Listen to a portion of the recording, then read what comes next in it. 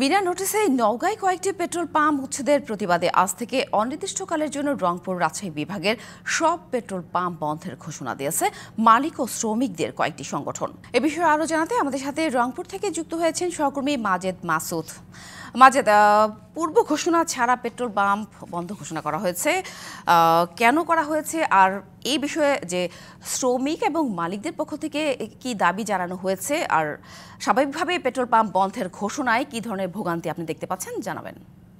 সাথী, আসলে শ্রমিক এবং মালিকদের দাবি তো খুবই স্পষ্ট। তারা একটি দাবি করছেন যে সড়ক জনপদের যে মহাসড়ক রয়েছে সেই মহাসড়ক থেকে পেট্রোল পাম্প যাওয়ার যে অ্যাপ্রোচ সড়কটি রয়েছে অর্থাৎ সংযোগ সড়ক, এই সংযোগ সড়কের জন্য দীর্ঘদিন ধরে যারা পেট্রোল পাম্প মালিক রয়েছেন তারা বাৎসরিকভাবে একটি ট্যাক্স বা রাজস্ব সরকারকে সড়ক জনপদের মাধ্যমে দিয়ে আসছিলেন।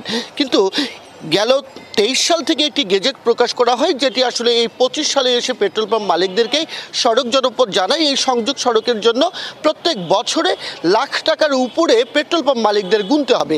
এ নিয়ে সড়ক জনপদের সাথে পেট্রোল পাম্প মালিকদের একটি মতপার্থক্য তৈরি হয়। এই মতপার্থক্যের জেরে গেল 29 জানুয়ারি নওগাঁয় সড়ক জনপদ এবং পেট্রোল পাম্প মালিকদের সাথে মোটামুটি কিন্তু তারা এ নিয়ে আলোচনাতেও বসেন। কিন্তু পরবর্তী সময়ে যখন পেট্রোল পাম্প মালিকরা প্রশাসনের ঊর্ধ্বতন পর্যায়ে কথাবার্তা বলার পর একটু সময় চান, এরপর দেখা যায় যে এই সময় না দিয়ে সড়ক জনপদ তারা বলছেন যে তারা মাইকিং করেছেন। এমন একটি ঘোষণা দিয়ে গতকালকে অর্থাৎ 4 জানুয়ারি নওগাঁর হামিম পেট্রোল পাম্প এবং আনিকা পেট্রোল পাম্পে তারা অভিযান চালায়।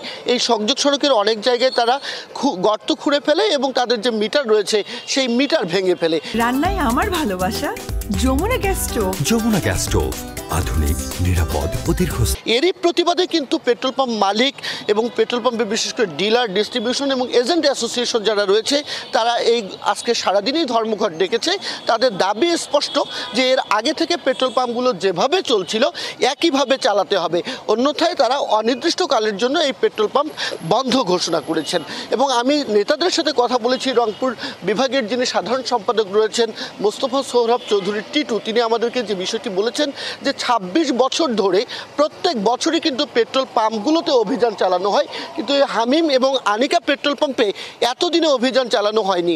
যখন জ্বালানি তেলের বাজার স্থিতিশীল তখন কোনো একটি চক্র এই পরিস্থিতি অস্থিতিশীল করবার জন্য একটি উস্কানি দিচ্ছে এবং সেই উস্কানির ফাঁদে কিন্তু তারা পা দিতে চান না বলেই সরকার যেন যৌক্তিকভাবে বিষয়টি সমাধান করে, এবং সেই কারণেই তারা আজকে ধর্মঘট ডেকেছেন।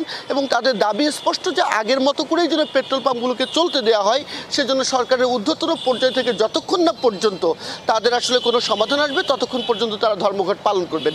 এদিকে হঠাৎ করেই পেট্রোল পাম্পের এমন ধর্মঘটের কারণে সাধারণ যারা পরিবহন শ্রমিক রয়েছেন এবং যারা ছোট ছোট গাড়ির মালিক রয়েছেন তারা চরম বিপাকে পড়েছেন এবং অনেকেই তেল না নিয়েই কিন্তু তারা ফেরত যাচ্ছেন। সব মিলিয়ে ভোগান্তি চলছে, পাশাপাশি ধর্মঘটও কিন্তু চলছে। সাথী, ধন্যবাদ মাজেদ।